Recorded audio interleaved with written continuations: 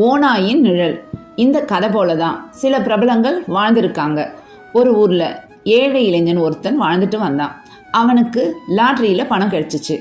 பணத்தை கையில் வாங்கிட்டு வந்தான். திடீர் பணம் அவனை திக்கு முக்காட வச்சுச்சு. தலகால் புரியாமல் ஆடனான்.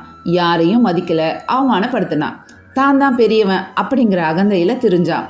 இதை பார்த்த ஒரு சாது அவனை அழைச்சி இந்த கதையை கூற தொடங்கினார். ஒரு ஓநாய் காலையில் காட்டில் நடந்துட்டு இருந்துச்சு. சூரியன் உதயமானதால் அதோட நிழல் மிகவும் நீளமாக தெரிஞ்சிச்சு. அந்த நிழலை பார்த்த ஓனா பெருமையாக நினச்சிச்சு, ஆஹா, நான் இவ்வளவு பெரியவனா, இந்த காட்டுக்கே ராஜா நான் தான். அது திமிருடன் நடந்தது. சிறிய விலங்குகளை இகழ்ந்தது. ஆனால் நண்பகல் வந்தது. சூரியன் நேராக மேலே வந்துச்சு. அதோட நிழல் மிகவும் சின்னதாக மாறிடுச்சு. அதை பார்த்த ஓனா பயந்தது. நான் இவ்வளவு சிறியவனா என்று தன்னம்பிக்கையை இழந்தது. அப்போது அருகில் இருந்த வயதான நரி ஒன்று சொன்னது, நிழலை பார்த்து உன்னோட மதிப்பை நீ தீர்மானிக்காத. காலம் மாறினால் நிழலும் மாறும். காலை நிழலை பார்த்து பெருமை கொள்ளாதே. நண்பகல் நிழலை பார்த்து தாழ்ந்தும் போகாதே. நிழல் எப்போதும் மாறும்.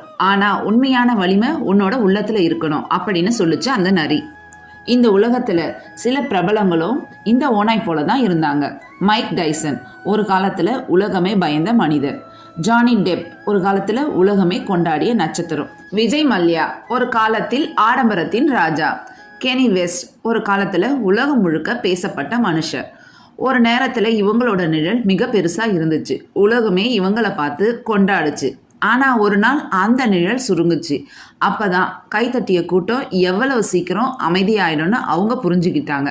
வெற்றி வந்தால் உலகம் நம்மளை பெரியவங்களாக காட்டும். தோல்வி வந்தால் அதே உலகம் நம்மளை சின்னவங்களாக காட்டும். ஆனால் பெருமையும் அவமானமும் நிழல் மாதிரி மாறிக்கிட்டே இருக்கும்.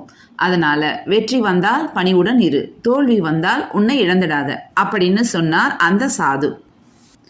இந்த வார்த்தைகளை தான் நாமும் நம்மளுடைய வாழ்க்கையில் கடைபிடிக்கணும்.